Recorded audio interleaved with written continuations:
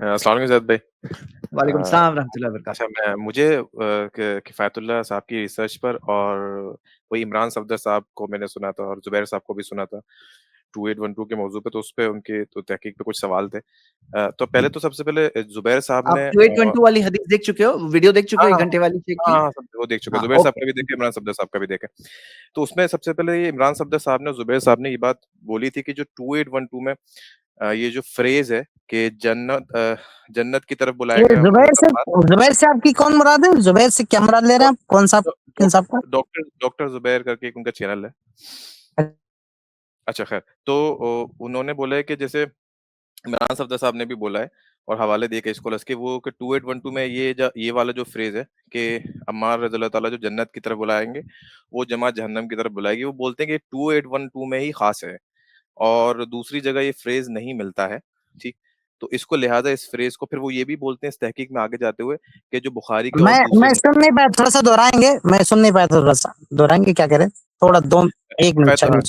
کفایت اللہ السلام علیکم, وہ یہ کہتے ہیں ڈاکٹر زبیر صاحب بھی, عمران صفدر صاحب بھی, کہ جو 2812 میں, ایون غامدی صاحب بھی یہ بولتے ہیں 2812 میں جو یہ حصہ ہے کہ جنت کی طرف بلائیں گے عمار, وہ جماعت جہنم کی طرف بلائے گی, یہ جو ہے یہ صرف 2812 میں ہے اور اسی سند سے مستدرک میں ہے 2653 میں.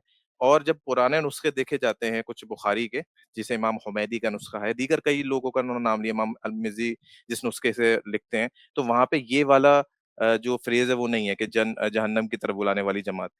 تو اس حوالے سے پھر وہ یہ کہتے ہیں, اس حوالے سے وہ کہتے ہیں کہ یہ جو ہے خالی جب تو اینٹوں والا واقعہ ہو رہا تھا یا مسجد کی تعمیر والا واقعہ ہو رہا تھا, تو رسول اللہ نے یہ والی جو بات بتائی ہے صرف قریش مکہ کے لیے بتائی گئی ہے کہ یہ والا جو فریز ہے. تو اس پہ کیا 2812 کو وہ الگ کیسے کرتے ہیں,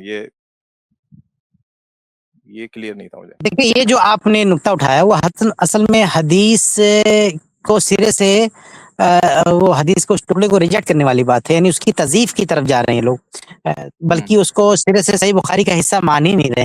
تو یہ ساری تحقیق میری نظر میں ہے, لیکن میرے لیے وہ تحقیق اطمینان بخش نہیں ہے. اس پر عربی میں کئی کتابیں لکھی گئی ہیں, کئی مقالے لکھے گئے ہیں, یعنی وہ خاص اس دعوے پر, یہ جو دعویٰ ہے نا کہ صحیح بخاری کا پارٹ نہیں ہے وہ الفاظ, تو یقیناً اس کے نسخوں میں اختلاف ہے, اس سے انکار نہیں ہے, لیکن بہرحال وہ حدیث اپنی جگہ پر ثابت ہے. اور صحیح بخاری کے بعد نسخوں میں ہے بھی وہ. تو بہرحال ہم ساری ڈیٹیل تو آپ کو نہیں دے سکتے, اس پر عربی میں کئی کتابیں ہیں, تو میں نے دونوں طرف کی باتیں پڑھی ہیں, اور یہ بہت ہی ڈیپ ریسرچ ہے, بہت ہی باریک بات ہے. اگر ہم اس پہ زیادہ ڈسکس کریں کسی کے پلے کچھ نہیں پڑے گا وہ. تو ان شارٹ یہ کہ میری نظر میں ہم نے جہاں تک پڑھا ہے, ہمیں لگتا ہے وہ روایت صحیح ہے. صحیح بخاری میں جیسے ہے ویسے وہ ٹھیک ہے, اختلاف ہے, اس سے انکار نہیں ہے, لیکن صحیح بخاری کی اس وقت نسخے میں جو روایت موجود ہے وہ ٹھیک ٹھاک ہے, کوئی مسئلہ نہیں ہے اس میں. اور اس پہ دیکھیے, بعد کے علماء نے یعنی کئی سالوں تک وہ نسخہ پڑھایا جاتا رہا, لوگوں نے اس پہ نقد نہیں کیا. یہ تو ابھی جلدی لوگوں نے شروع کیا, اس پر نقد کرنا بہت جلدی لوگوں نے شروع کیا ہے. تو ایک بہت بڑے عرصے تک لوگ اس کو پڑھاتے رہے, اس پہ کوئی نقد نہیں ہوتا رہا, اس لیے اس میں کوئی مسئلہ نہیں. اور صحیح بخاری میں وہ 2 جگہ پر ہے وہ روایت, ایک جگہ پہ نہیں ہے, 2 جگہ پہ ہے, معلوم ہے نہیں آپ کو, 2 جگہ وہ صحیح بخاری میں وہ. ہاں, تو اگر آپ کو ایک آدھ جگہ لگتا ہے کسی کو نہیں ہے, تو 2 جگہ پہ امام بخاری ریپیٹ کیا ہے. تو یہ بہت بعید بات ہے کہ 2 جگہ امام بخاری لائے, 2 جگہ ایک اضافی ٹکڑا لا کے جوڑ دیں, بہت ہی بعید لگتا ہے, بہت بعید لگتا ہے. ٹھیک ہے, تو خلاصہ یہ کہ ہماری نظر میں تو بھائی وہ روایت بالکل ٹھیک ہے, جیسا صحیح بخاری میں ایز اٹ از بالکل صحیح ہے, اس میں کوئی مسئلہ نہیں ہے. اس لیے میں نے اپنے پورے لیکچر میں کہیں بھی اس پہلو کو نہیں لیا ہے.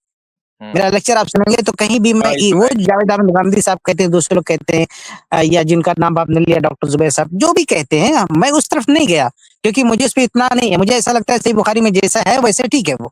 ٹھیک ہے جی, ٹھیک. اب اس میں جیسے اسی والے فریز میں ہمیں ایک قرآن کی آیت ملتی ہے, سورہ بقرہ آیت نمبر 221, جہاں لکھا ہوا ہے کہ مشرکین عورتوں سے نکاح وغیرہ مت کرو. وہ پھر آیت ختم ہوتی ہے, اس میں اللہ تعالیٰ اس کا ریزن دیتا ہے, وہ یہ دیتا ہے کہ یہ لوگ جہنم کی طرف بلاتے ہیں. ٹھیک ہے, اور اللہ بالکل تعالیٰ بالکل بالکل بالکل, میرے خیال سے میرے لیکچر میں آپ کو ملے گا, یہ میرے لیکچر میں آپ کو ملے گا, یہ آپ کو, آپ نے سنا میرے لیکچر میں نے اس کو کور کیا ہے اس بات کو. تو اب اس میں اگر کوئی اس سے استدلال کرتا ہے کہ کیونکہ یہ مدینہ کے شروعاتی دور میں آیت نازل ہوئی ہے اور اللہ تعالیٰ مشرکین کو ایڈریس کر رہا ہے, اور اس وقت مشرکین نہیں, منافقین بھی تو ہو سکتے ہیں. مشرکین منافقین, دیکھیے حدیثوں میں, کتنی حدیثوں میں یہ بات آئی ہے کہ جو یہ خوارج کے بارے میں ہے, خوارج کے بارے میں ہے کہ کتنے حدیثوں میں بات آئی ہے کہ وہ جہنم کی طرف، جہنم کے کتے ہیں وہ، جہنم کی طرف بلانے والے ہیں وہ، تو ان کو بھی تو جہنم کی طرف بلانے والا کہا گیا نا خوارج کو. ہاں تو اب وہ جو عثمان رضی اللہ عنہ کو قتل کرنے والے تھے، شہید کرنے والے، بتائیے اس سے بڑی خارجیت کیا ہو سکتی ہے؟ یعنی یہ جو لوگ کہتے ہیں نا کہ بعد میں علی رضی اللہ عنہ کے دور میں خوارج کا وجود ہوا، اس سے کوئی انکار نہیں ہے، لیکن اس سے پہلے عثمان رضی اللہ عنہ پر جن لوگوں نے حملہ کیا وہ بھی خوارج ہیں. شیخ ربیع بن ہادی المدخلی کی باقاعدہ ان کا پورا مقالہ ہے اس بات پر. ہاں انہوں نے لکھا تھا اس پر، کسی نے ایک مقالہ ان کے رد میں لکھا کہ آپ نے قاتلین عثمان کو آپ خوارج کہتے ہیں، خوارج تو بعد میں آئے. تو یہ بات غلط ہے. وہ بھی شیخ ربیع بن ہادی المدخلی بھی خوارج کا ہے، یعنی عثمان رضی اللہ عنہ کو قتل کرنے والے خوارج ہے، خارجیت ہے. وہ خلیفہ وقت کے خلاف عروج کرنا، ان کے گھر میں جا کے مارنا، اگر یہ خارجیت نہیں تو پھر کیا خارجیت ہے بھائی؟ اور خوارج کے بارے میں کہا گیا ہے کہ وہ جہنم کی طرف بلانے والے ہیں.